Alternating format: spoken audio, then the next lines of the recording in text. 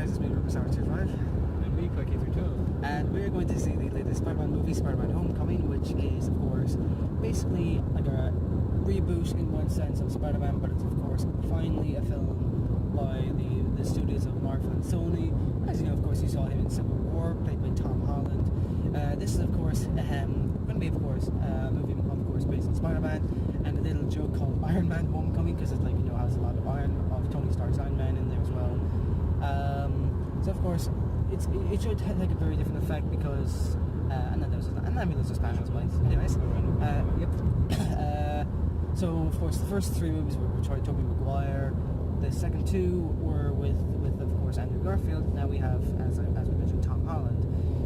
So, you know, of course, Reboot of a reboot. It's crazy. Yes, pretty much. In one sense, it goes Spider-Man, Amazing Spider-Man, and Spider-Man Homecoming. So I wonder if, because I know there's usually like and then something as an adjective, and then Spider-Man. So maybe under the hood, there's probably a little adjective in there. Like I know that like off the top of my head, there's like sensational is another adjective they use for Spider-Man, but for now it just could be up in the air. It could just go just Spider-Man rather than just anything different. Or the spectacular was a third one I can think of. But yeah. So basically, more or less, we're going to be curious to see what Tom Holland's Spider-Man portrait looks like.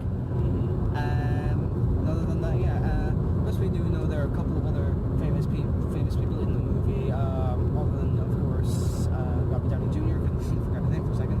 There's like this Disney actress called Zendaya who plays this person called MJ, who isn't Mary Jane, which we know from the other movies with Mary Jane in them, but a person called Michelle Jones. So it's a bit of an interesting twist on that.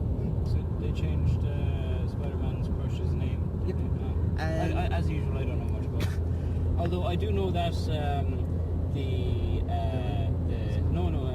the suit is more and more. There's less and less actual abilities from the body of the person. From the body of the person. Well, I suppose it's not less and less because it's probably not. It's probably not. The last reboot had artificial web shooters. That's what it would have been. The Man himself, Spider-Man came because Tobey Maguire's Spider-Man was where he just went like even without any technology, and just come out of his wrist. And that was kind of authentic. Like I mean, it seems to be getting less and less authentic. Like now it's a suit designed by Tony Stark, so. And one interesting thing I found out actually was apparently the voice of Tony Stark's AI is actually an Irish person, which is interesting because we're Irish, of course. Yeah. So well done, because you should know that about us. Now for the last couple of years, no, this isn't changing onto our real accents. Because like these are our real accents. We're just like you know, having a laugh at our own little Irish accent. Even more Irish accent. Yeah. Anyways, so yeah. Oh yeah, and one big thing and interesting is the villain of this movie from Curtis is called the Vulture, but he has played one of the former Batmen. So he is a Batman. Oh really? I think I mentioned this to you, actually. You see, these small details, I don't remember them at all as well as you do, like so. And then I read up on somewhere. But apparently, also another thing I read up on, apparently he enjoyed more of his role in Spider-Man than he did in Batman, which is interesting. Even though he portrayed one of the most famous superheroes of all time in a previous thing. He was Batman in Batman, was he? Yep, in a Batman some time ago. I can't remember which Batman, but anyways. So yeah, we're now approaching the cinema, and rather than, again, as I would normally say before, we completely end up on completely rambling on nonsense, and rather stick to something that's a bit more solid and a bit more worthy of a video. We're gonna leave this video here for now. We'll pick up right back after the movie as long as I can remember to do so. So see you then. Hopefully we remember, right? Hey guys, so we're just after finishing the new Spider-Man Homecoming movie, and it is actually pretty good, to be honest. Better than I expected, and I thought it would be pretty good as well. So, you know, I did have to go to the toilet twice during the movie, but other than that, pretty good. So the nickname that I saw a lot of people say of Iron Man Homecoming, he's actually not in it as much as you think. Like, I mean, okay, so he's the creator of the Spider-Man costume, but he wasn't really in it for as long, so I was like, no, this nickname doesn't really work as much. 10 minutes screen time tops, like. Perhaps. Of course, I didn't count, and probably he's just estimating or guesstimating as the term. Actually, that's probably a little. I'd say 15 max anyway. No longer than 15 minutes on the screen. Oh yeah, it was pretty enjoyable. Like it did get at the, in one sense, in ways not to spoil the movie. It's like the first few minutes really were like, it's an Easter egg for a start to a previous Marvel movie. It's kind of obvious, so make sure you, if you know generally what happens in a lot of the other Marvel movies, you kind of can immediately get the Easter egg from the first one. But it kind of does explain the backstory behind the villain and his crew in one sense. Well, crew in one sense, not as in like more work crew rather than villain crew. So that's a difference in that case. He doesn't have a villain. A villain crew is just kind of work crew. But of course, we'll let the movie explain to you exactly what they do as a work sort of thing. So what to talk about without managing to I remembered something because one of my times in the toilet I think this the comedic guy now. So in the movie there's his friend Ned. He's as people might just call on the B side, but you know, hey. I thought you were talking about Mr. Happy. Well, Happy Hogan's in there as well. He's but pretty funny. Yeah, he's as you guys know from the previous Marvel movies, is Tony's assistant. Happy was his first name. Sorry, I'm cutting across you. Happy was his first name. Is it Happy I have Hogan? no idea, to be honest. I actually don't know Happy Hogan's first name, unless it is, which I'd be surprised. Like, damn, his parents gave him some weird first name. Oh yeah, but you know, he's just called Happy Hogan. But no, that's not that guy. In my mind, he's more as people would say, is Asian. I think he looks like he may come from the Philippines though, because he. Oh yeah, because well, I'm very sure his actor is from there because, well, I could be wrong. I haven't checked much on the actor's name, but in respect, interesting to find that out. Actually. But yep. So Spider-Man, well, Peter Parker more like, his friend Ned is the comedic relief. He's very funny, and of course, as you guys know, that there is a love interest with Peter Parker. It is not MJ, and to be honest, it's not really a massive spoil. It may or may not be a big spoil, but it's a different girl this time. But it's funny how one scene made it seem so relatable between the two of us, because, you know, of course, we have crushes, but it was funny because there's a moment in the movie which seems so relatable, where it's like, in one sense, he'd be the Peter Parker and I'd be the Ned.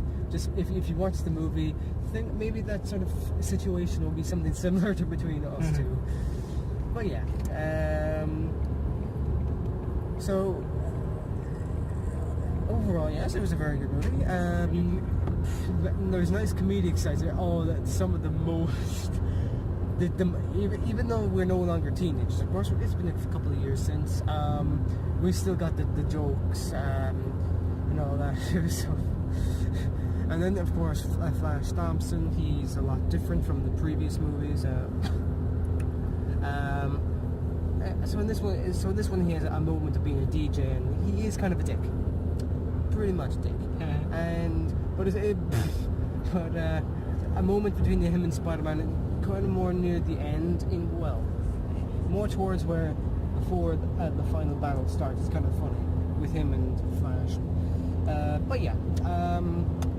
So overall, what are your thoughts, Pykey312? I thought it was brilliant. Yeah.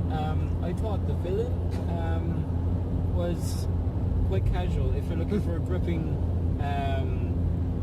contrast between the villain and the freaking hero, I don't think you'll find it in this, but that didn't ruin it whatsoever for me at all. It was a really good movie. I think the villain was kind of weak in that the big kind of scene where it shows where the villain does something drastically bad to show that he's a bad guy. That's when he vaporized your man. That's not too much of a spoiler because it came a bit early in the thing. But he shot one of the guys. He shot one of his crew members. Yeah, one of his own crew members. And he just disintegrated. He thought he was using the wrong weapon. He thought he was going to levitate him. Yeah. Like it didn't work. Basically, very well as a villain, but it was kind of interesting at the same time. Like, I mean. So it's not really massive spoiler, really. Just basically killed one of his crew members because he Well, used it the was an wrong gun. accident. Like, Yeah. I mean, that's not for a scene that could be all dramatic and evil and horrendous and scary. It wasn't all that. It was accidental. Like, I mean, oops, sorry, didn't mean to do that. Like, so that was interesting. But again, it didn't really ruin the movie for me at all. Really, I still enjoyed the movie. So that's my main point anyway. The villain wasn't very villain stereotypically. And that there may or may not be a sort of, in one sense, cliche moment between Peter and his love interest in terms of another person, as well as them two. But I did read about it, but I'm not going to spoil it just in case unless you want to get at the big surprise. But yeah, like it was a bit unfortunate the way some things played out in the movie, because it's like, you know, it's like, why didn't this just happen? You know, because like it's like you could see the moment, but it's like, no. But of course, it just feels like one of those moments that occurs relays between this fella and his crush. And I'd be like, why did that happen? But yeah, so we're gonna leave it here, guys, and hopefully you guys enjoyed this video. Go see Spider-Man Homecoming if you haven't seen it yet. It is very good. Yes, it's very good. There's two post-credit scenes. The last one is actually pretty funny compared when you see some certain scenes in the movie. So if you see a detention scene and a scene which was seen in the trailer, one of the trailer moments, which is where, you know, Peter Parker is telling his friend Ned, you know, I met Captain America, I saw his shield. That little scene in one of the trailers. There's a little in that scene. There's like a thing which is kind of funny because it's related to the very last mid-credit scene, but it's kind of funny. So yeah, other than that, as I said, we'll leave it here for this video. Definitely go see Spider-Man Homecoming, because of course, hey, he's a new Spider-Man. He's in contract, of course, for the next few Marvel Avenger movies that will have Spider-Man in the future. I thought it was good as well. I thought it was really good. Because of course, let's say Spider-Man will return as near the end of the credits. So yeah, so this is bye from me, RubiksSolver25. Bye from me, Pykey312. And we'll see you other recruits. Blue Nova.